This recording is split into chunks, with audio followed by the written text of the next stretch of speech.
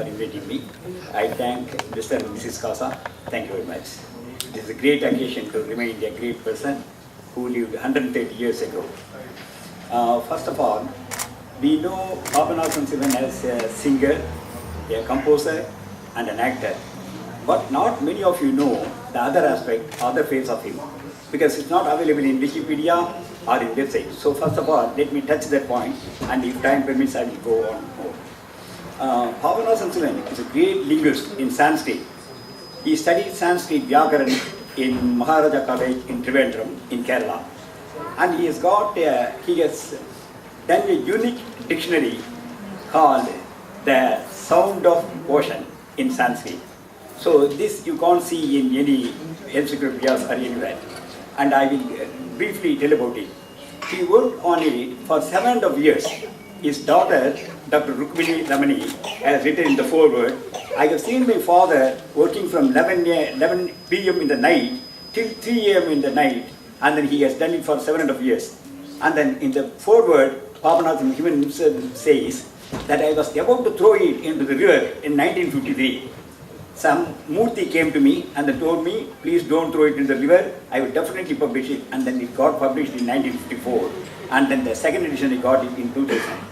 So this is a very interesting dictionary which will inspire you to read Sanskrit, study Sanskrit, and if you are a composer, you will be able to use Sanskrit words in your compositions in poems.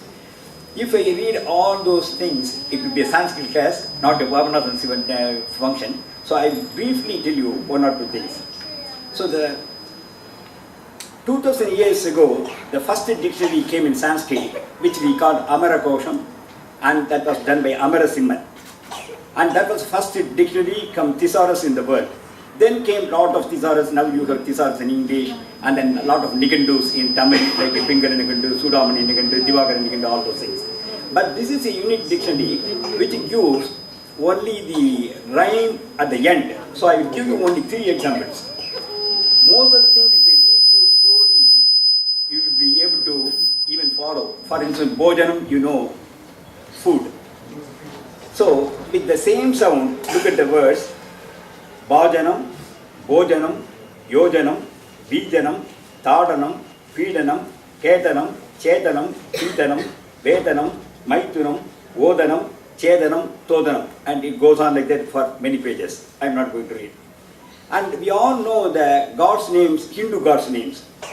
But you don't know that Nagadhara is Krishna, Mrigadhara is Chandra, Jaladhara is cloud, Haladhara is Balarama, Sasidhara is Sivan, Sasadhara is Chandra again, moon, Vishadhara is snake, Mahidhara is mountain, and it goes on like that.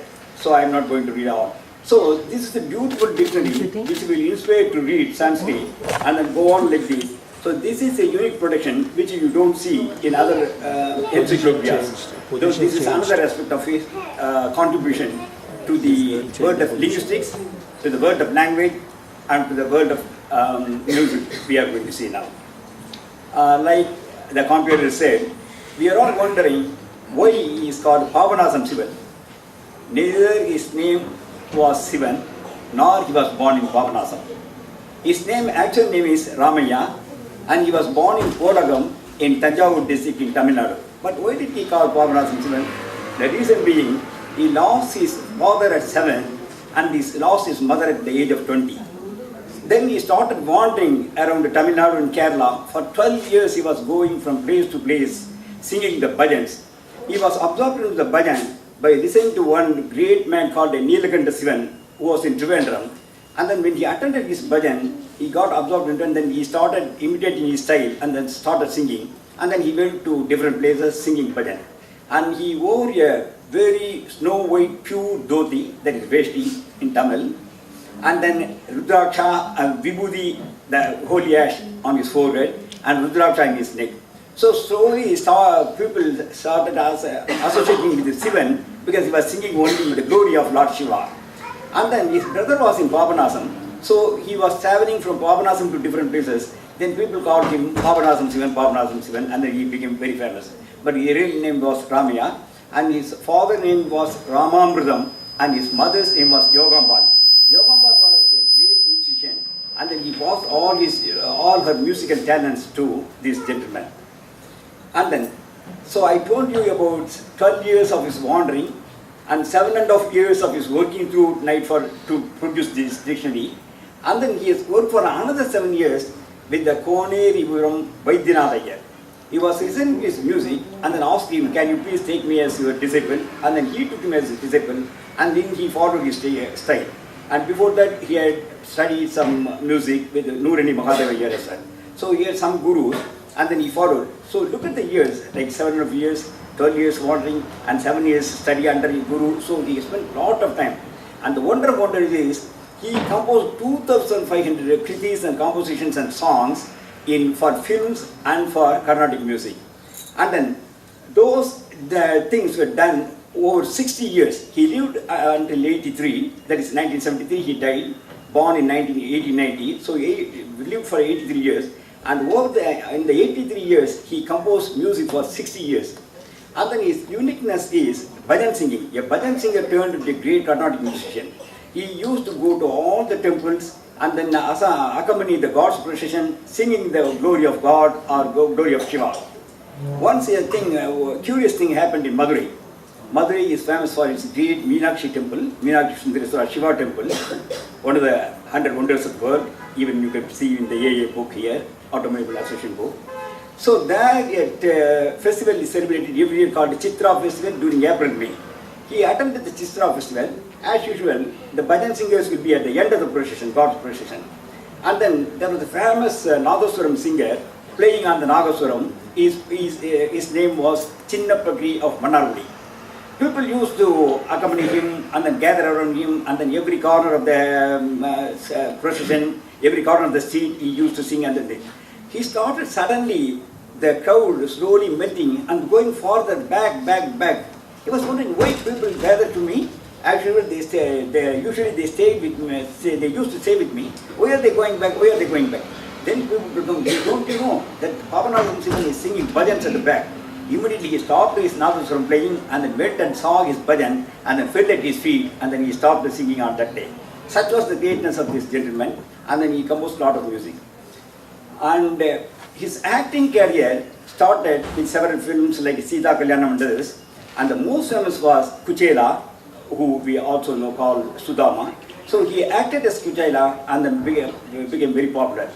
He popularized great compositions of Nilakanta Sivan and others, and his compositions were made popular by Aryakudi and then M.L. Vasantakumari and others.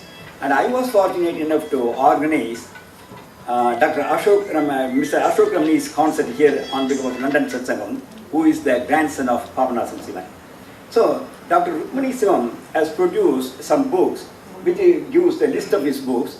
A lot of CDs are available and then tapes are available, but the Kirtanamala, all his compositions were 100 in 100 published, and then I can see up to Kirtanamala part up to 6, and then Varnamala 1 book, Varnamala 3 books, and Ramacharita. What is his great achievement? His magnum opus is the Ramacharitra, which he composed in 23 ragas. That was a great achievement in set to Aditaram. So that was his unique contribution to music world. And then he did Andal Charitam for Kalakshetra, and he was a school teacher for a small time. So these are all his achievements. And all his kirtanas, there are hundreds and hundreds, and I am not a music expert. I am like a layman listening to music and enjoying music. So the people who are going to play on those things, on his compositions, will be able to give the full impact of this. He has composed a lot of composition, and then his great contribution is in Tamil. He is called Tamil Tyagaraja by Simili Sundaram Iyer. So he called him Tamil Tyagaraja because most of his contributions are in Tamil, and then he has composed songs in Sanskrit, Kannadam, Malayalam, but his contribution is in Tamil, so he is called as Tamil Tyagaraja. So that is also a well-known fact. So going through all his compositions, you will enjoy his different ragas and his different styles, and then his different, what I can say, the imitations of his gurus, different gurus. So this is a very good day to remember such a great man, and then we have to enjoy his songs really. and enjoy listening to the music. Thanks for inviting me. Thank you.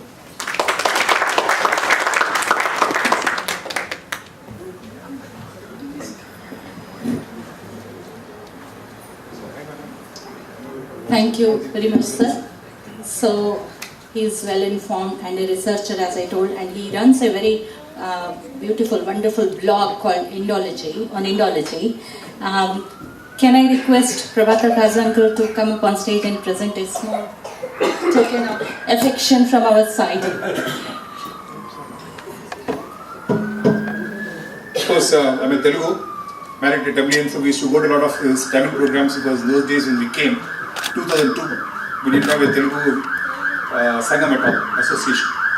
And the only person whom we knew in those days was Santanam Swaminathan. And we heard so many of his lectures then and subsequently, and found out that he's actually a Tamil scholar and in the wrong guise, passing off as, you know, as you can see what he's right now.